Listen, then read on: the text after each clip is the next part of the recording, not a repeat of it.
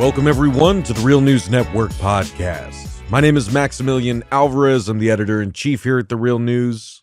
My name is Janis. I'm an investigative reporter at The Real News. My name is Alina Nehlich, and I am an editor here at The Real News and co-host of the Work Stoppage podcast. I'm Marc Steiner, host of the Marc Steiner Show here on The Real News. And it is so great to have you all with us. Now, before we get going today, I want to remind y'all really quick that The Real News is an independent, viewer and listener-supported grassroots media network. We don't take corporate cash, we don't have ads, and we never put our reporting behind paywalls. Our team is fiercely dedicated to lifting up the voices and stories from the front lines of struggle around the world, but we cannot continue to do this work without your support, and we need you to become a supporter of The Real News now. Just head over to therealnews.com/donate and donate today. It really makes a difference. All right. Well, here we are. It is Wednesday, September 11th. Last night, former President Donald J. Trump and current Vice President Kamala Harris met in person for the first time in Philadelphia, where they squared off in their first and possibly only debate in the 2024 election season. Early polls taken over the past 24 hours suggest that the majority of viewers felt that Harris delivered the winning performance, and given the openly vented frustrations from the Trump campaign surrogates and the jubilant spin from Harris surrogates, that is certainly the narrative that has begun to crystallize after the debate. Harris's campaign said today that she was open to a second debate in October, but Trump said he was, quote, less inclined to do another debate. So this may very well have been the one and only time the country will get to see the two candidates that they'll be voting on in less than 2 months debate on stage. And I mean, there were so many storylines going into this high stakes debate, and there are lots of storylines coming out of it. And our whole Baltimore-based team was here at the Real News studio last night watching the debates live. We've been furiously discussing as a team how we're going to be moving forward from the debate with more on-the-ground reporting on the election between now and November. But before we all rush back into the field with our cameras and microphones, we wanted to, get some of our team together here on the Real News podcast to break down the debate itself. And I am so excited to have my colleagues Marc Steiner, Janis, and Alina Nehlich on to tackle this beast. So I got tons of thoughts. I know you guys do too. Let's dive right in. All right. So I want to go around the table here, and we're gonna put our pundit hats on. Not something that we normally do. No, we here don't. At the Real News. Of course, we're focused on the ground reporting, and just as a constant disclaimer, I want to remind everyone the Real News Network is a 501c3 nonprofit news outlet. We are not here to tell you how to vote. We are not here to electioneer, but we are here to give you the information and perspective you need to act. So that is the frame in which we are going to be having this discussion. And I want to go around the table and just start by having us give our pundit reflections and on the debate itself and the expectations that we had going into the debate. Like, what were we going into this debate looking for? And what were some of the key takeaways that stood out to us? Stephen, let's start with you.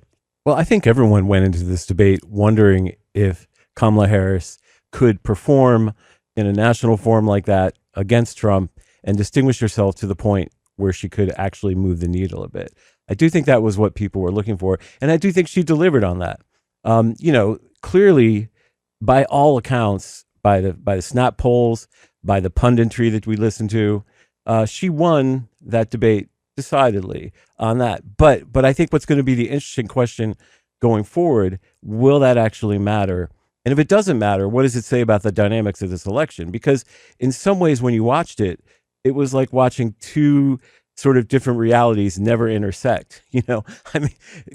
She was making points and Trump was making points, but neither were really seemed to be situated in a reality that was cohesive or coherent. So I think it'll be interesting, very interesting to watch to see if this really changes any people's minds. That's what my question would be.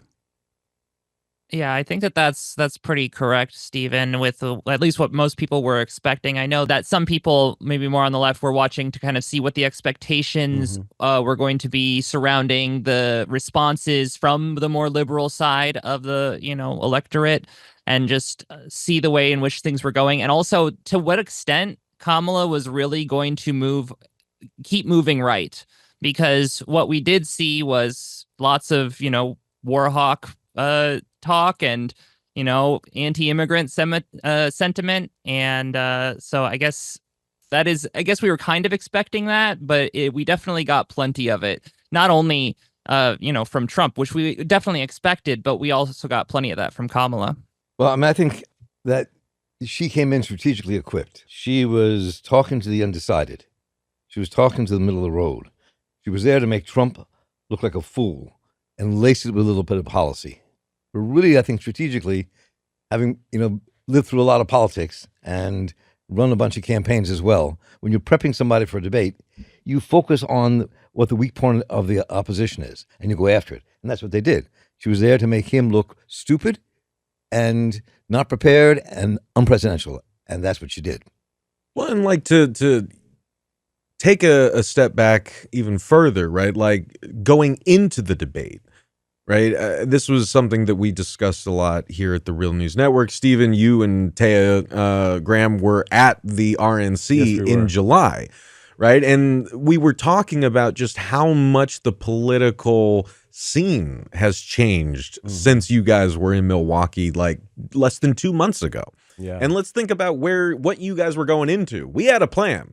We had a plan for your coverage going into the RNC, and then 2 days before it started, someone tries to assassinate Donald Trump. Yeah. And it was just like, it was a really intense moment for all of us. I can really only imagine what it was like for you and Taya to be in there at that moment when, the fervor, post-assassination attempt fervor was just so intense, and it had as you described in one of your pieces, like a religious kind of tone to everything. So you had that. And out of that moment where, Trump survived, his supporters were, effusive with praise, and it really felt like, compared to the decaying Joe Biden, that this race was over, right? There was like an act of God, like tipping the scale for Donald Trump. It was in that sort of haze that I think he made the pick of J.D. Vance for his vice presidential running mate, and I think he regrets that a lot. Yes. I mean, and so since then, again, we've had Kamala, Biden dropped out, Kamala took over the ticket. Her momentum has been surging. She picked Tim Walz as her vice presidential candidate. The DNC was in August.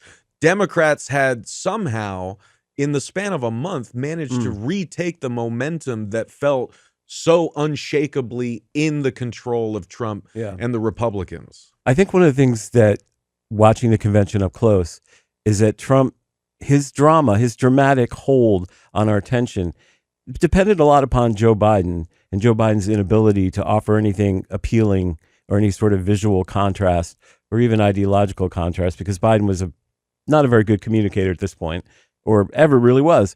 And when you're at the convention, there was this dystopian vision of American life. It was a constant drumbeat of things like inflation and crime, and without any policy whatsoever.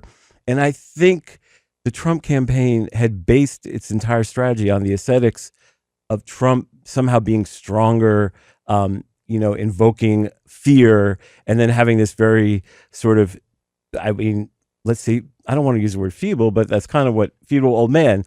And what happened to them. And of course, as you point out, when he showed up with the bandage on his ear, there was an ecstasy in that room that was very, unsettling in some ways, because it wasn't really attached to any political reality. It was more a rhetorical statement. But then when Kamala comes in, suddenly that contrast and that aesthetics and all that dynamic shifted in a second.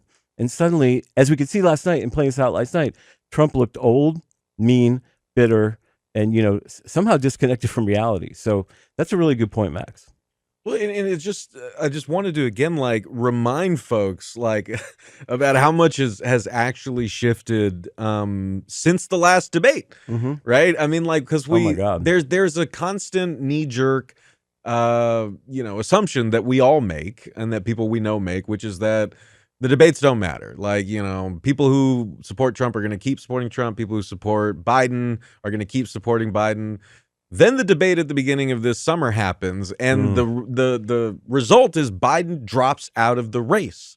The result was seeing like an open revolt within the party elite, the donor class, the media class, like rebelling against Biden staying on the ticket. Like that's a significant thing to happen in a presidential race, but it's already it's like old news at this point. And that is the other like part that I wanted to just mention kind of going into the debate. What I was looking for and what I was thinking about was like what I was really fascinated by is that over the past 2 months, it feels like Donald Trump has become victim of the very things the very qualities of the internet age that have catapulted him to his like success and his star power up till now, right? He's like the very things that have allowed Donald Trump to thrive as a political force in the internet age have been kind of biting him back over the past 2 months. And the two examples I would give is one, Trump has always thrived on the fact that the internet age has conditioned us all to have the long-term memory of goldfish. And he weaponizes the insatiable pace of the 24-hour news cycle to constantly just generate new headlines with the crazy stuff he says, the crazy things he's doing in office, the crazy accusations that he's making. And since 2016, the media and the political class have never really figured out how to deal with that, how to counter that. But Trump is a creature of the internet in that way, and he knows how to swim in those waters, and it's helped him so much over the past 8 years in the Trump era. And yet he forgot that lesson when the assassination attempt happened. He thought that like that vibe that you were feeling in the RNC, Stephen, was going to carry him all the way through November.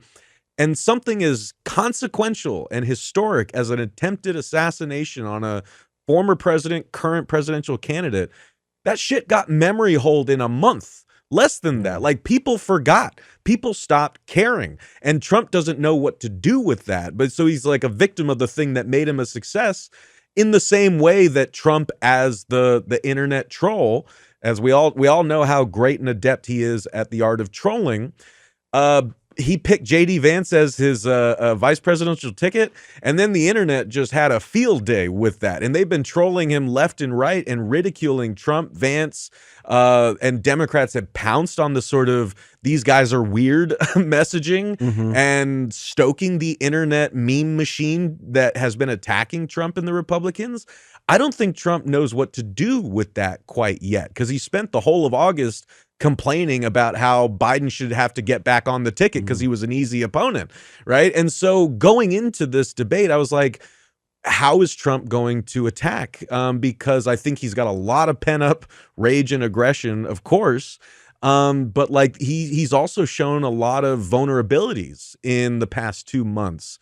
And so that was also what I was going into. And the last thing I'll say, because I've been talking a lot, is like we knew that this debate, for all the reasons we'll talk about like in a few minutes, like was going to be a carnivalesque display of, like capitalist politics crafted in the capitalist spectacle of horrors that, like, again, we all know what's wrong about this system, what's wrong about the kind of election, the way we talk about elections and all that kind of stuff.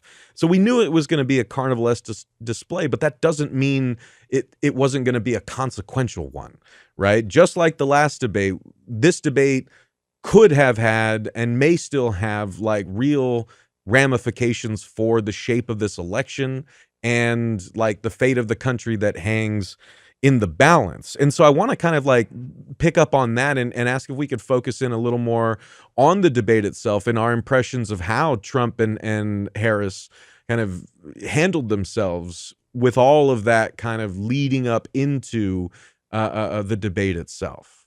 Well, speaking a little bit to what Stephen was mentioning with the RNC and Trump being kind of a strong man in contrast to Biden's, more feeble or however you want to phrase it, position in the election.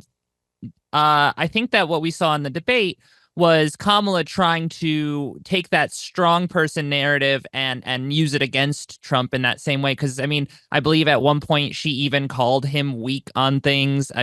There's always this, like, I'm tougher than you. And it's really interesting how the Democrats have gone in that direction compared to, that's kind of, maybe I'm still a little young in that, I've only seen 5 elections in my lifetime, but I don't always think of the Democrats as like I'm the strong person, compared to the Republicans. And the fact that is now like Kamala's take was kind of surprising to me, but also, looking at the way that, as you were saying, Max, about the very short attention span of people, they do want to just have an image in their head. I think that even part of the purpose of this debate was to put Kamala up there on stage and remind people that this is the candidate in a certain sense. Like, sure, I bet some people have seen press conferences. Maybe some people have seen clips of her rallies, but I don't know if they really had like a true like mental image of her as like the potential president, and her being up there on stage with the camera, and her looking nice in the suit and all that. And it really did actually give that kind of presidential look. And I think that was another kind of major purpose of the debate itself, along with just like the interesting change in the way that the rhetoric is going from the Democrats. Yeah, and just a quick note on like the Democratic like posturing, outflanking Republicans by being more Republican than they are.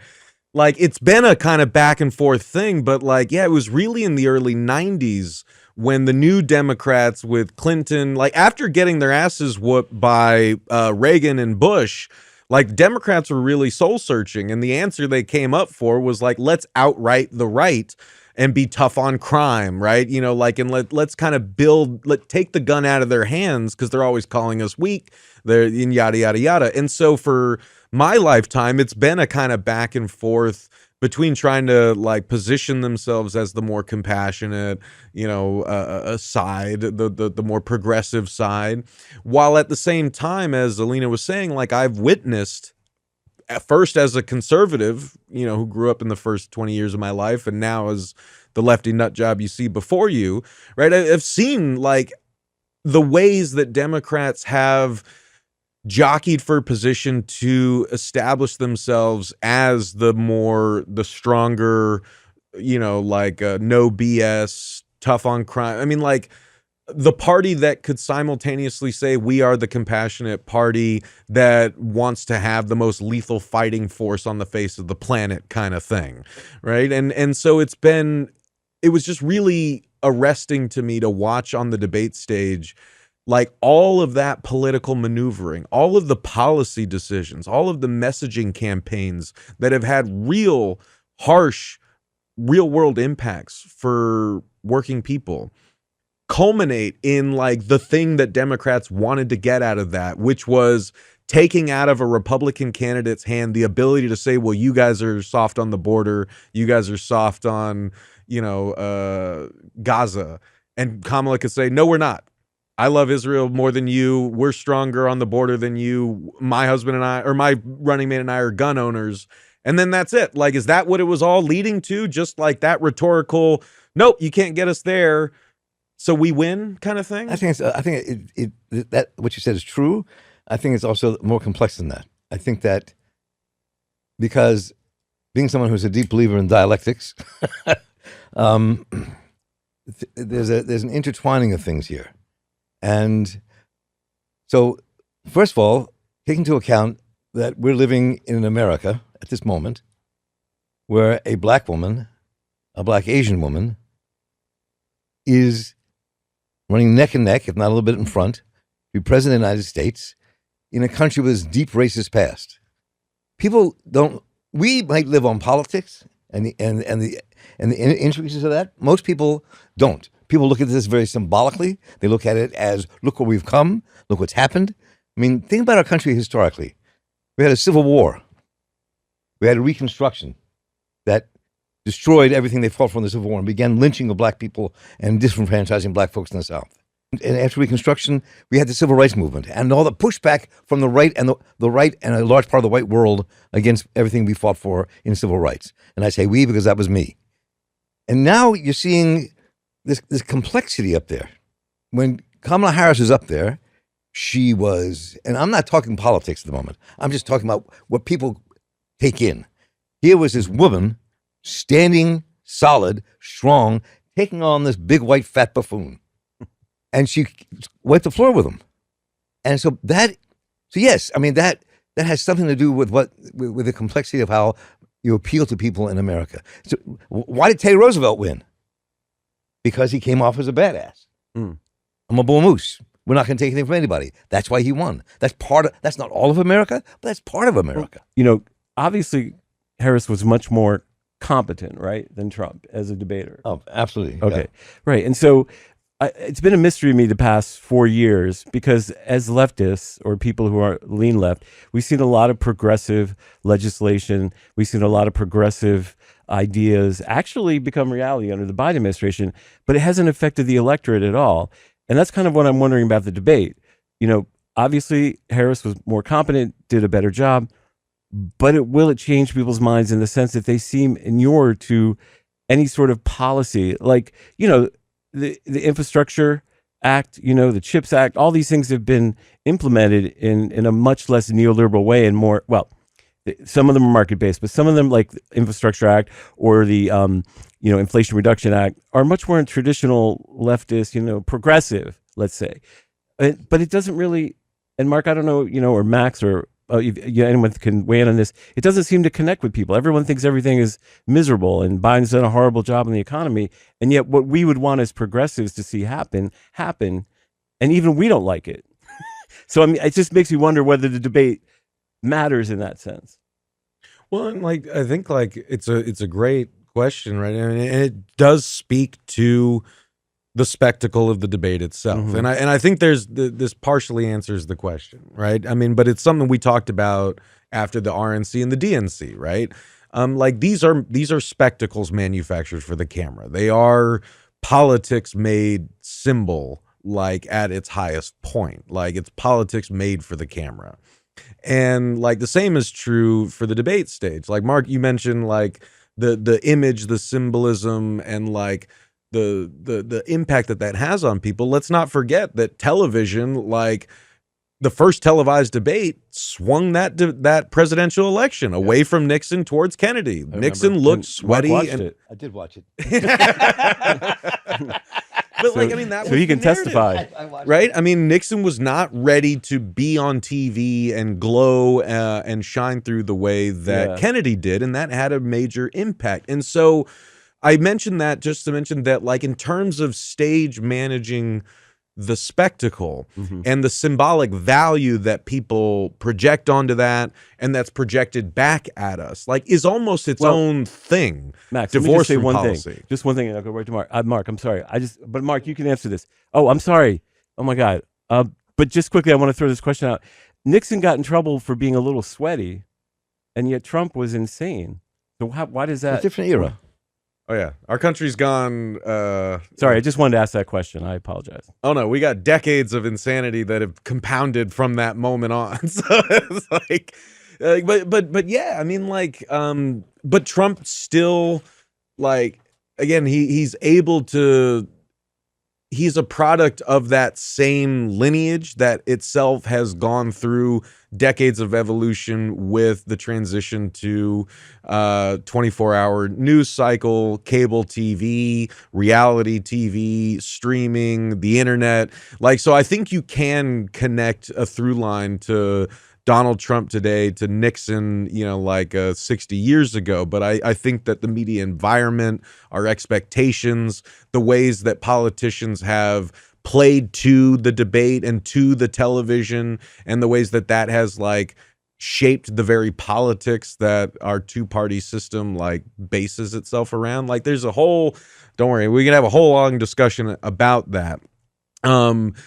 But at another time. But like the I guess the point I was just trying to make though is that in terms of like the symbolism and the spectacle of these debates, they almost operate on their own terms, divorced from policy and the political reality that we all live in.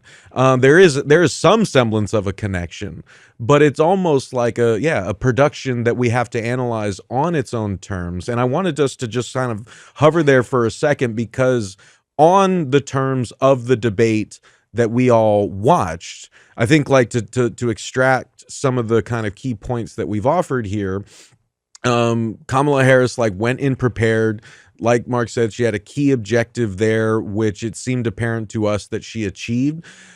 My 2 cents in watching that is that like where she was most effective as a debater was baiting Trump and distracting him. Like, because I don't think she nailed a knockout punch against Trump, because like you just don't do that against Donald Trump. He's going to keep going no matter what. He's going to keep talking even if he sounds like an idiot. That's his strength. He'll just keep going and move past it.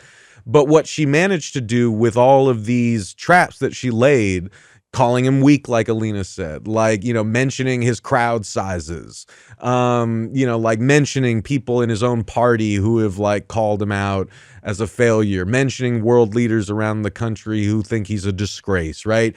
She knew each time she mentioned those that the next time Trump got to speak, he was not going to address whatever he was asked to address. He was going to go back to the insult or the thing that he took as an insult. And he did every single time. And so what that did was it distracted Trump from being more of an attack dog against Harris and the Biden-Harris record. And so in that way, she was a success on the debate stage. But it's like again, it was more of like evading the kill blows from Trump and keeping and knocking him off kilter, making him look like more of a buffoon. But in terms of articulating a positive vision for the country, in terms of really hammering home what Harris and the Democrats are going to do to address the things that Trump was speaking most directly to, like people's pain in today's economy and the inflation squeeze that all of us have been feeling, things like that, this narrative of national decline. I don't know personally how well she parried that, with the exceptions being when she talked about abortion. And I mean, that was honestly the main one. Like her message, her message on the economy, like was still like, I mean, she mentioned the small business thing like 800 times, but like, I don't know. What do you guys think? I guess when it comes to, and I'm sorry if I'm jumping ahead of other people here. I'm not. Good.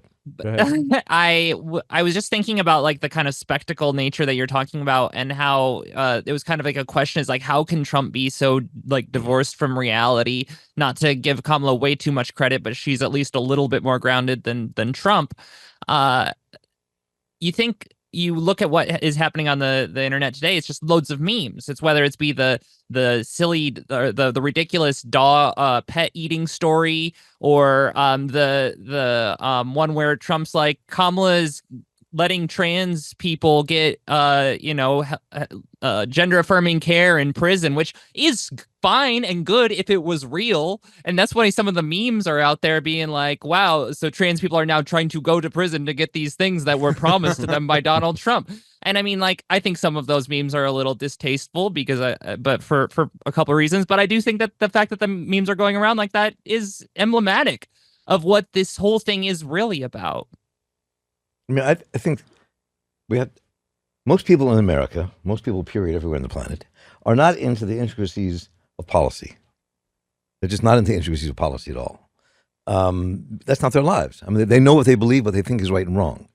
And you had Kamala Harris up there talking about, she didn't go into detail. She talked about opportunity economy. She talked about reproductive freedom in America. She talked about making housing more affordable. Things people can relate to. She didn't have to point out, this is how I'm going to do it. I'm going to give X number of people houses. But what she did was articulate a vision that appealed to people's gut. And that she was talking last night to the undecided voter in America, to those on the margins, to those who will make a difference in who wins this election.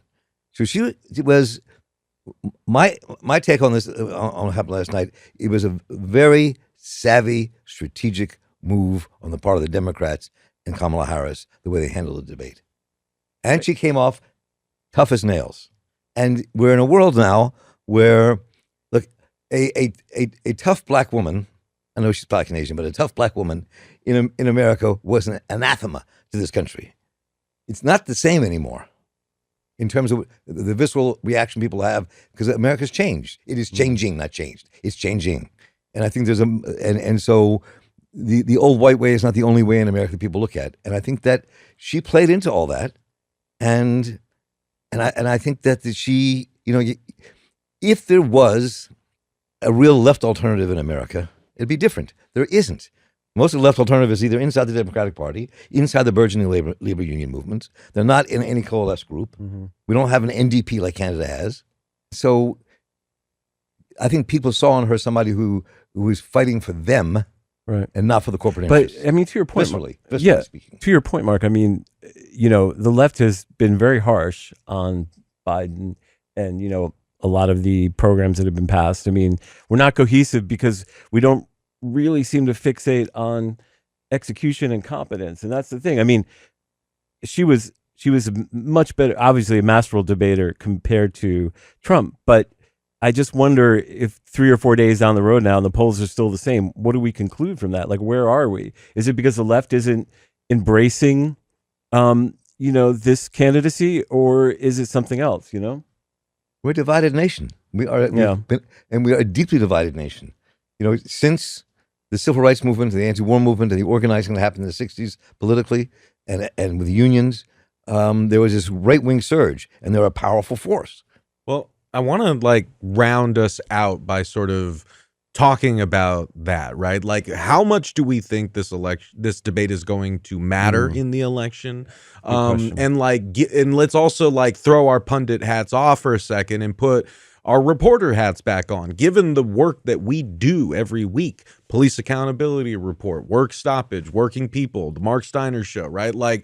I want us to round out by also talking about what and who was not being represented on that debate stage or in this election, and how should our audience and regular people out there navigate it. So that's where we're going. But by way of getting there, I'd be remiss if I didn't say, let's at least go around the table and talk about our best favorite crazy moments from the debate last night, because there were many, and I'm sure listeners don't want to hear us be all serious all the time. So what were some of the most ridiculous standout moments for you guys? I mean, we've already, I guess we took the most ridiculous one, so no one can use that. But Trump just farting out of his mouth this right-wing conspiracy theory bullshit about undocumented migrants eating people's pets. It's just nuts. It really spoke to what you said, Stephen, about how for one moment we got to see these two alternate versions of reality sort of sharing the same space, but they're barely even talking to each other. They're barely, if at all, on a shared terrain of reality. Well, let me just go first before someone takes and I'll make it very quick. I just thought the handshake moment was fascinating. Yeah. Because Kamala comes out and just forcefully puts out her hand and walks to him. And, we talked about spectacle symbol. I thought that was highly symbolic more than anything else, because she just demanded, that because that was always a tradition that candidates would shake their hands. Look, we all have different views and left, right, whatever, but we do want to see people be civil, right? We all want some civility. And the fact that she went out and made that statement and gesture showed that I think she was not to be trifled with. So that was my moment. Okay, so I already mentioned those two, so I'm not going to talk about the two that I brought up before. But I think that one of the moments that that really stuck out for me was when Trump said, "I'm speaking to Kamala," because that was just wild to see, especially with the basically near pro-genocide rhetoric that was going on the debate stage, for Trump to call out that moment, which was based in a rally where Kamala was trying to stop anti-genocide protesters from voicing their demands and saying I'm speaking, and then to see Trump do that, I don't know. I thought that was very funny to me in a ironic but also horrible way. There were so many jabs and barbs that she threw at him that he just didn't know how to respond to. I mean, when she said 81 million people threw you out of office. Oh. No, she said 81 million people fired Donald Trump. I'm sorry. She Fired, very fired, specifically That was used brilliant. those Because it words. came out of, you're fired from his TV show. That was and brilliant. 81 million people. That's right, exactly. I'm sorry. You're absolutely right, Max. And That was brilliant. I think what happened in this race at the moment, because of that, the debate, is that it gave the Harris-Walz ticket a boost, and it pushed them ahead. I think viscerally people liked watching what happened. Americans like seeing Huntley's ass get kicked. I mean, they do. I mean, it is part of the nature. Boxing, wrestling, rugby, football, and I think that this is really going to give him a boost. And I think that he's nervous and frightened to death at the moment. It's got to be particularly humiliating for him because you had like MMA fighters and wrestling and Hulk Hogan at his. I was there. Right. Yes, it was right. It was like a world wrestling match more than a convention. So, Because he plays a tough guy, but he's a punk. yeah. I'm sorry, and that's not a partisan Republican Democrat thing. It's just when you, and I'll stop here, Max. But when you grow up like I did and like you did, you can tell a phony on the street when they act like they're a tough guy. You know exactly. He's just. I mean, it's just. I'm sorry. I'll stop. No. No, I mean, I think because it's a again, if we're talking about how people are seeing this, like that matters, right? And especially it matters for someone like Trump, who has based his entire political career on being that strong person, Absolutely. and having that unshakable strength and virility, and the only thing I would add to that is just that I think what Democrats and folks in the liberal center, for whatever that means in today's sort of political arrangement, in most other countries, our political center would be the far right of other countries, right? Because as you said, we don't really have an institutional left to speak of, yada yada yada. But I do think one of the things that the Harris campaign has shown is that Democrats have been learning from the first time we saw Trump ascend in 2016. They have learned a few things. Let's be honest, none of us thought that Harris was going to make Walz her pick because it would seem like the right pick. It seemed like the obvious pick if they wanted to win and garner people's votes. But just by everything we knew about the Democratic establishment, the past was telling us it was not going to be Walz, and then it was, right? And then even them doubling down on the these guys are weirdos messaging, it was holy shit, I'm not used to the Democrats being good on offense. But at the same time, I think what the debate showed, hopefully, is that one of the things one of the perennial sort of psychoses of the Trump era is that everyone has been longing for that never going to come moment where Trump is cornered and admits defeat and admits he was wrong. He's never going to fucking do that. Pardon my French. Ever. He is just the guy I always think of is the general in Mars Attacks when the Martian is shrinking him with a ray right before the Martian squashes him with its boot. And the guy is just shooting at the Martian the whole time, yelling at him. That's Trump. He's not going to stop yelling and shooting ever. And so stop trying to corner him into a moment where you're going to get this sort of admission of guilt or anything. He's not going to give it to you. But so the best that you can do is just expose him and make him look weak, right? And use his personality against him so that the perception of him changes, even if he never does. Max, we were taking an Uber to here to watch the debate. There was a man who had been, had been a Democrat, and he was Muslim, and he said he was voting for Trump. And we, kind of were asking him about this, how he could reconcile Trump's comments and things he said. And he got back to your point about Trump is strong. Trump is, he will subdue dictators. Even though, as we point out, every sort of problematic aspect of Trump's foreign policy and how bad would be for the Palestinian people, he's still stuck to his guns that he was going to vote for Trump. It's strange. Mm-hmm. Strange is absolutely the word. And I can't rationalize it. No, because so much of it is irrational, right? I mean, and that's where, again, that's the burning core of Trump's politics. Is there is an irrationality at the heart of it that doesn't need to be bogged down by rational justifications. Not at all. It's just vibes, right? And like anger and frustration and like all these ugly feelings, like given a direction to go in. Like that's what you need, and that's again like why we got to stop trying to sort of over intellectualize the Trump movement, because if we don't understand the role that irrationality plays in keeping that movement going and in keeping people believing in it, then we're never going to understand Trump and his appeal. And like the last thing I would say just on like the weirdness, the strangeness of the debate that just kept hitting me was like every single time Trump would go on a like bonkers rant, and that he would end with like, they are destroying this country. It's going to be bedlam. Like, like everything, like just the most batshit thing he could say, followed quickly by a thank you, Mr. President, from the moderators and moving on to the next thing. Like just that dissonance. Yeah. Because it just shows that like this is like, I know in 2016, from the moment Donald Trump descended that golden escalator in 2015, we've been like reciting the mantra, "This is not normal."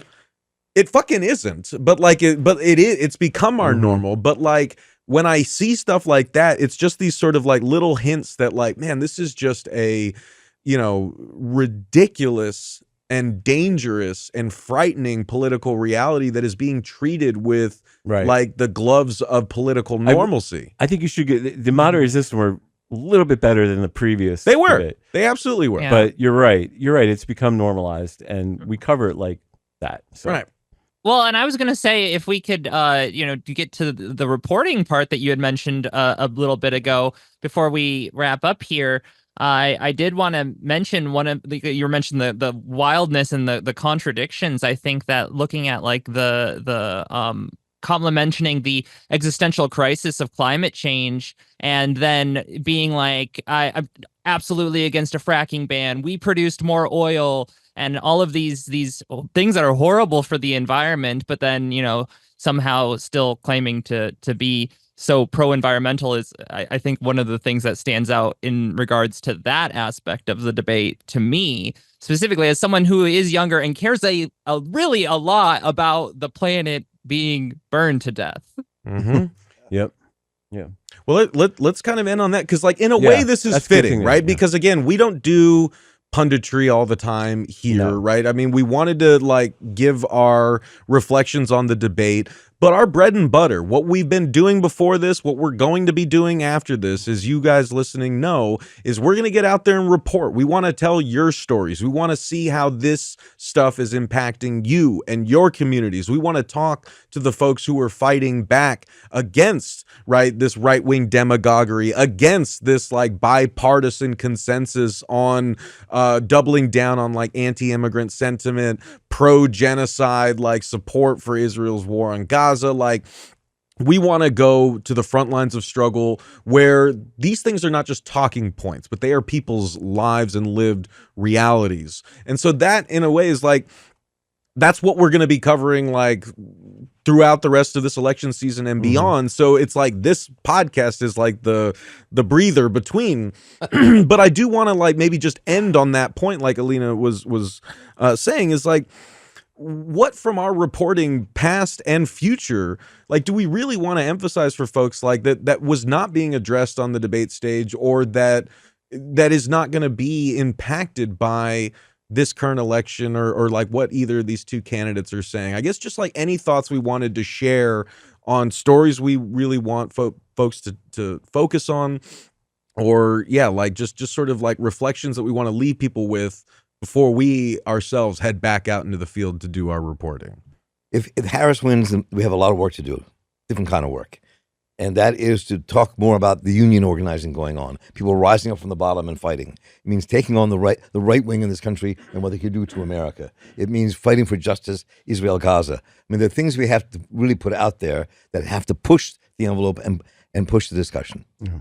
I think I hope that we can emphasize. I see very little mention of what I think drives all of these problems is economic inequality. Yes. And rising economic inequality, and that we are going to continue to bring that context to our reporting. Yes. Mm-hmm. Absolutely. And like Alina said, like the absurdity of how neither of the parties is really taking the climate crisis seriously, as we are quite literally in like the final years to do something to seriously change the outcome for our children and our children's children, and we're not doing it. And so to see like what is going to be the defining like political and existential question of the rest of our lives and our children's lives be sort of batted around in such a blasé, meaningless kind of moment on a debate stage. When I look back as a, if I make it to, 70 and I'm looking back at that, like I have a feeling. Old man, what you talking about? Well, I'm just saying I probably won't make it to that. But like if I do, looking back at moments like that and looking at the world that our parents' generations left us with, I don't think I'll be able to really ever make peace with that. But yeah, obviously, like we talked about this after the DNC. The cognitive and emotional dissonance between like the joyful, jubilant nature of what was going on inside the convention and the reality that we're reporting on every week of a genocide happening in our name, with bombs made in this country, with our tax dollars, like just sort of like we are showing people the human cost of that. We published 2 documentaries on it, one from the West Bank, one from Gaza this week. Like that is all happening while this is all happening. And so, like what we've seen from both parties is like they are not going to change course on that. So what we know is what we've been reporting on over the past year, that like it's going to depend on the people of the world to make that kind of change, to make power bend to their will. And that is where we're going to be, at the places where working people here in the US and around the world are building power and making power bend to their will. And so with that, let's wrap up this post-debate podcast. I'm so grateful to my colleagues, Stephen Janis, Marc Steiner, Alina Nehlich, for this incredible conversation. Please let us know what you thought. Share your reflections on the debate and storylines that you want to see us cover moving forward between now and November and beyond. And please, one more time before you leave, we need your support to keep bringing you more important coverage and conversations just like this. So head on over to therealnews.com/donate and support our work today. We really appreciate it. For the Real News Network, this is Maximillian Alvarez. Take care of yourselves. Take care of each other. Solidarity forever.